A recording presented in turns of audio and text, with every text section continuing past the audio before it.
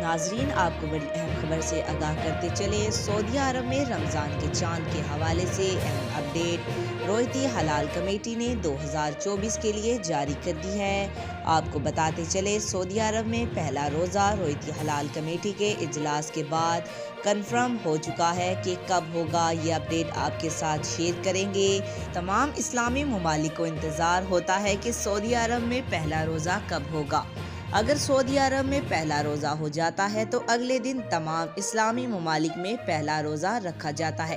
Channel کو ضرور subscribe کر لیں۔ ناظرین، آپ کو بتاتے چلے، سعودی عرب میں رویتی حلال کمیٹی کا اجلاس ختم ہو چکا ہے اور اعلان کر دیا گیا ہے کہ سعودی عرب میں آج 9 مارچ کو چاند نظر نہیں آیا اور پہلا روزہ سعودی عرب میں 2024 میں 11 مارچ بروز پیر کو ہونے والا ہے۔ آج تک کے لیے اتنا ہی۔ مزید ایسی معلوماتی ویڈیو دیکھنے کے لیے ہمارے چینل کو سبسکرائب کریں۔